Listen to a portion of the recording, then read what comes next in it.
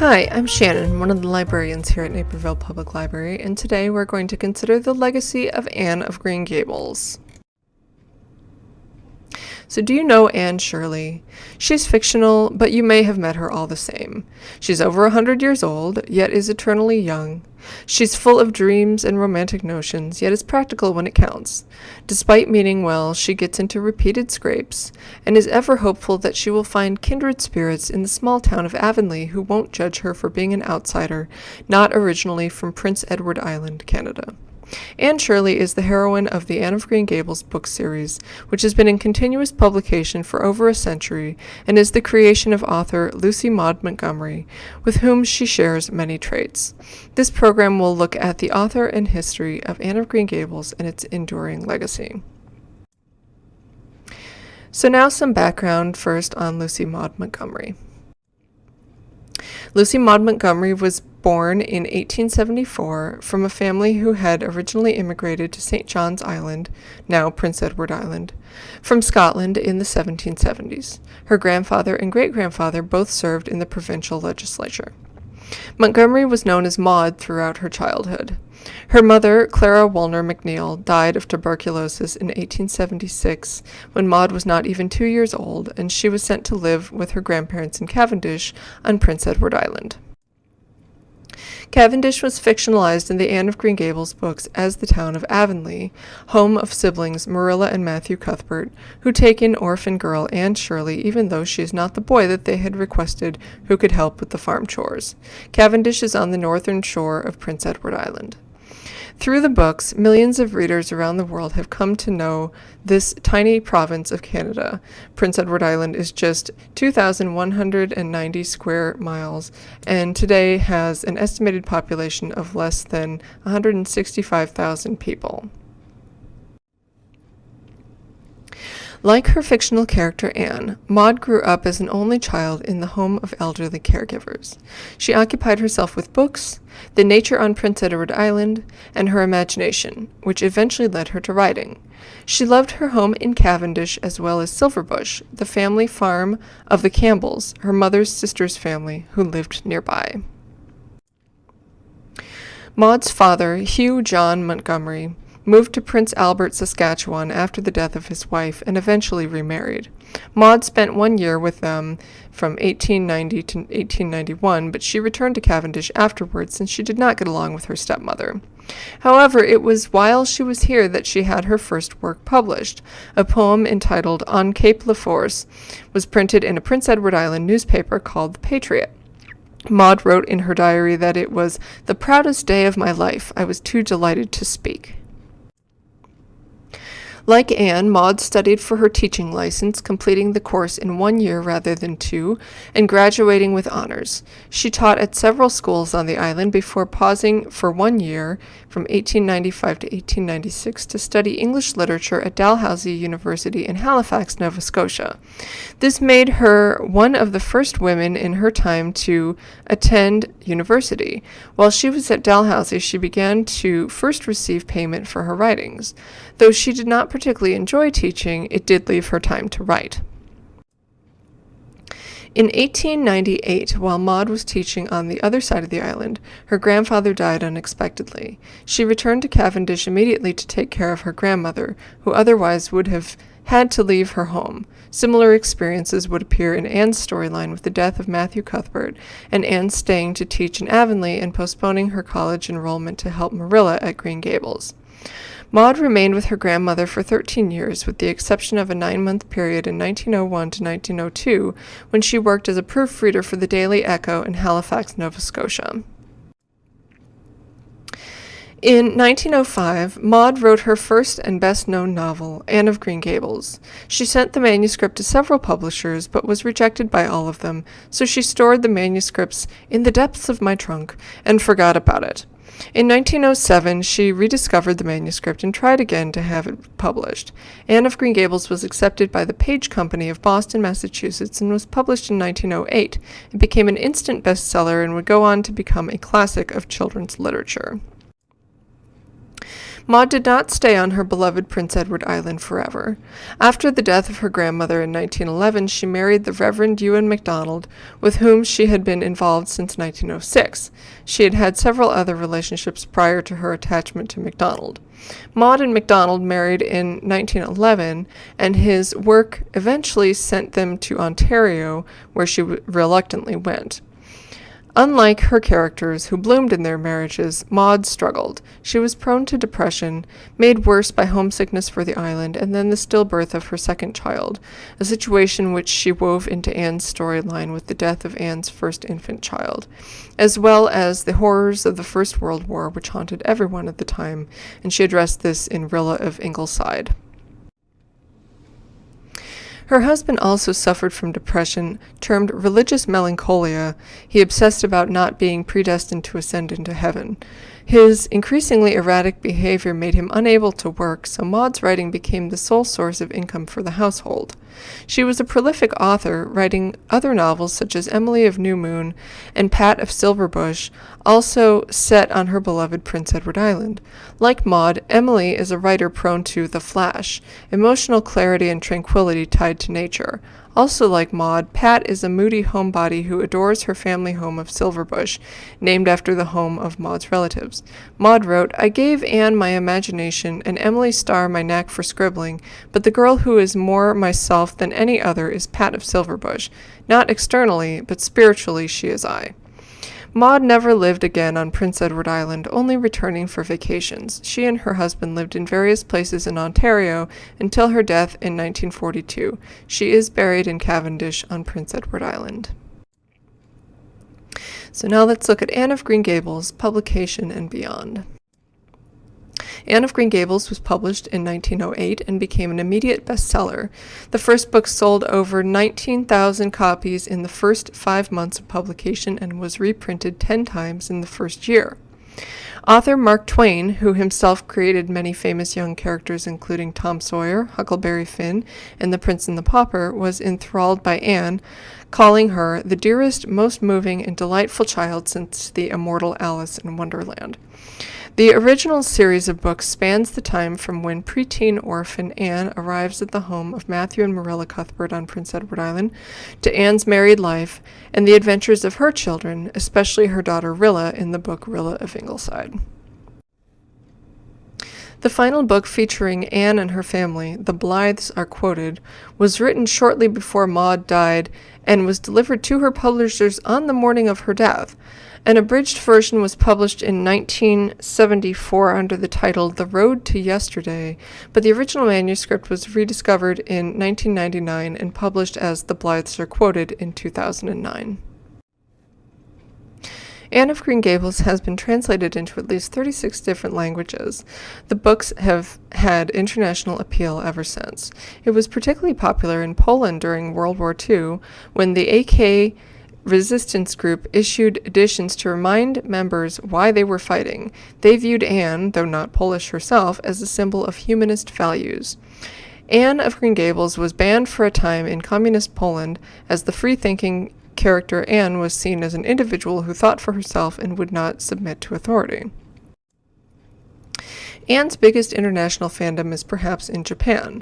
The book was included as part of the school curriculum when educational reforms were made post-World War II during the American occupation. Since many children had been orphaned in Japan during the war, they related to Anne, and the character's lovable qualities also expressed that Westerners were not horrible, as propaganda had taught during the war.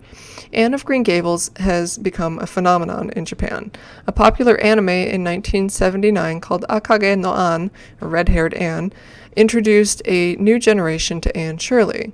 A later anime series called Konnichiwa Anne, before Green Gables, based on a Canadian novel, was made in 2008. There have been manga comic interpretations of Anne's story as well. A theme park in Hokkaido, now closed, called Canadian World, was largely centered around Green Gables for people who couldn't make the trip around the world to Prince Edward Island.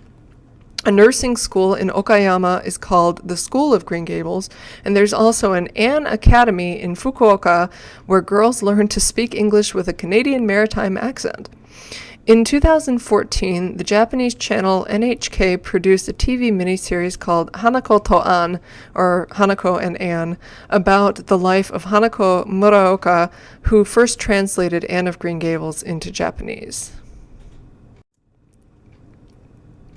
Thanks largely to the Anne books, Lucy Maud Montgomery achieved a fame in her lifetime and beyond that had not been reached by other Canadian authors. The iconic Anne Shirley's popularity boomed all the more when films were made out of the story, first a silent movie in 1919, then a talkie in 1934. The silent film, now considered a lost film as no version of it exists in any archives, starred Mary Miles Minter as Anne. Montgomery disliked this version as it was full of, quote, absurdities such as the appearance of a skunk, which are not found on Prince Edward Island, and a prominently displayed American flag. The story takes place in Canada, which at the time of the story, like the 1870s and 80s, would have been a self-governing entity within the British Empire as of 1867, but the red and white maple leaf Canadian flag that we know of would not be voted on until December 1964.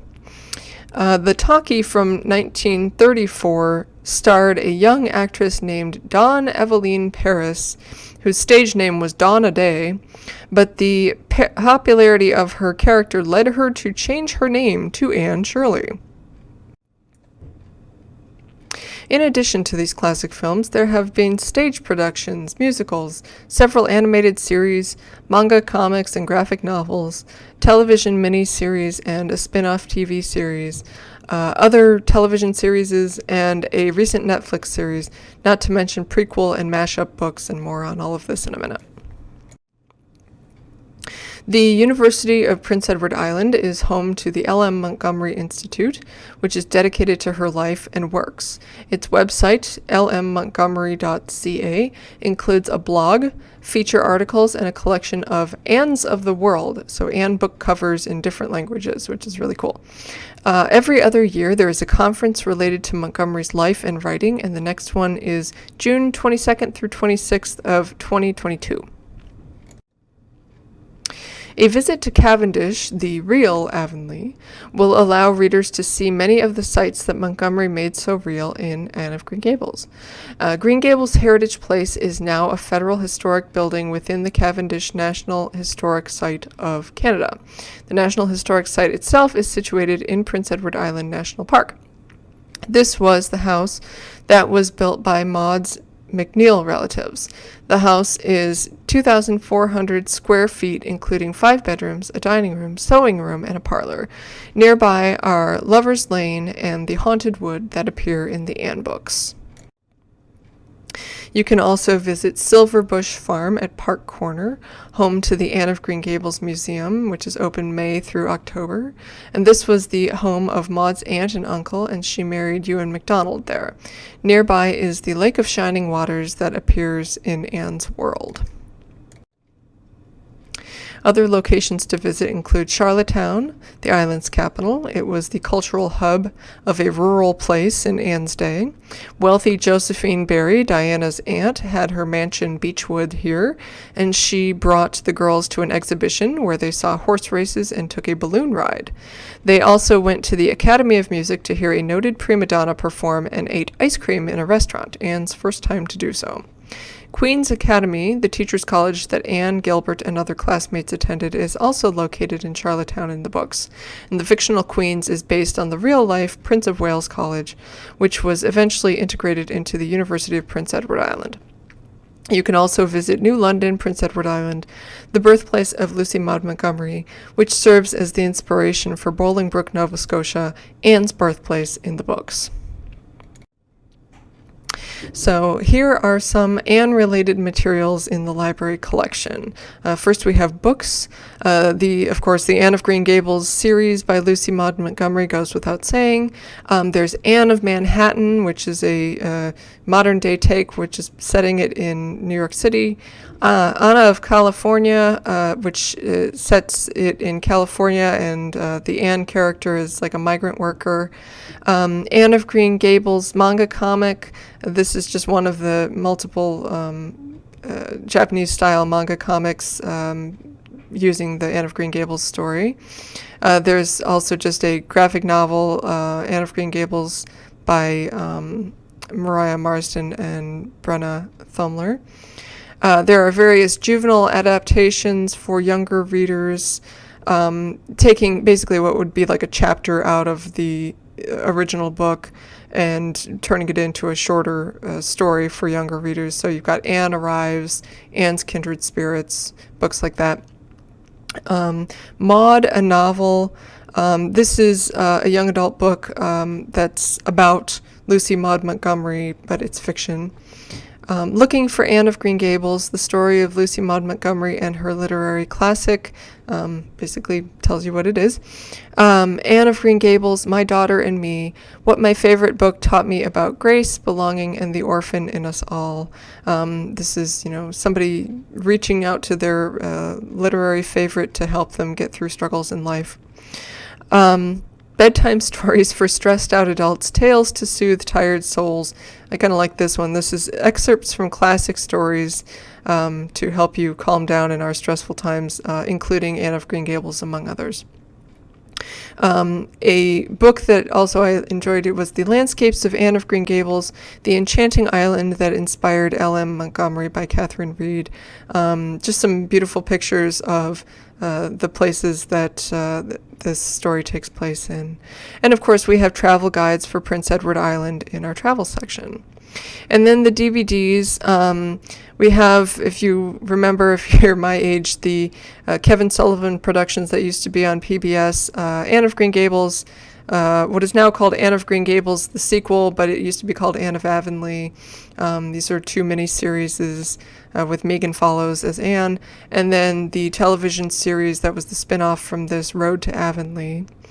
There's also a couple, Anne of Green Gables and Anne of Green Gables, The Good Stars. These were later PBS TV adaptations from 2016, starring Martin Sheen as Matthew. And then the more recent Anne with an E from Netflix. This has been somewhat polarizing. Some people really like it. Some feel like it's a little bit too modern. But the first two seasons are on DVD, and you can find them in the library collection. So why Anne? Why does Anne still resonate with readers? There are many reasons that readers are still drawn to L.M. Montgomery's classic heroine. Despite enduring many trials and tribulations, her imagination gets Anne through tough times in her life. Having imaginary friends like Katie Morris, her window friend, who's a reflection in the pane of glass, and Violetta, an echo in the valley, gives Anne people to whom she can express her feelings before she has true friends like Diana. Anne has a great appreciation for nature and beauty, and her descriptions of wild cherry trees and blossoms and sunsets are very moving. Anne's charming names for things like a spring, she calls it the Dryad's Bubble, and a row of flowering trees, the White Way of Delight, are endearing. And here's a quote from Anne in Anne's House of Dreams. She says, "I couldn't live where there were no trees. Something vital in me would starve." Anne is a loving friend, cleaving close to her bosom friend Diana Barry and other kindred spirits, including classmates Jane Andrews and Ruby Gillis, Mrs. Allen, the minister's wife, teacher Miss Stacy, Aunt Josephine Barry, Miss Lavender Lewis, Captain Jim Boyd, and of course Marilla and Matthew Cuthbert, and even Gilbert at last. Anne's hard work brings her academic achievements, including the Avery Scholarship, and sets her on the path to being a successful teacher and writer. She also has an inquiring mind, even as a child, which many readers may relate to. And this quote from Anne of Green Gables says, "Isn't it splendid to think of all the things there are to find out about? It just makes me feel glad to be alive. It's such an interesting world." Her romantic nature and fiery temper means she won't just settle for any treatment. She insists on being called Anne with an E. She retaliates against Gilbert Blythe when he taunts her about her hair color, and then holds a lengthy grudge, even when his behavior toward her changes. For all her lovable qualities, though, Anne is also flawed. She's stubborn, she can be vain, proud, flaky, overdramatic, and lets her temper get the better of her, as we saw in the previous slide. So she is not perfect, making it easier for readers to relate to her than to a character with no apparent faults. And one of Anne's lines is, "I'd rather be pretty than clever." Overall, though, Anne has been enchanting readers for over a century and shows no sign of stopping. Hopefully this program will inspire you to reread the original novels or check them out for the first time, watch one of the DVD series, or share the story with the next generation. And thank you for watching. Hope we'll see you again here soon at the library, and bye-bye for now.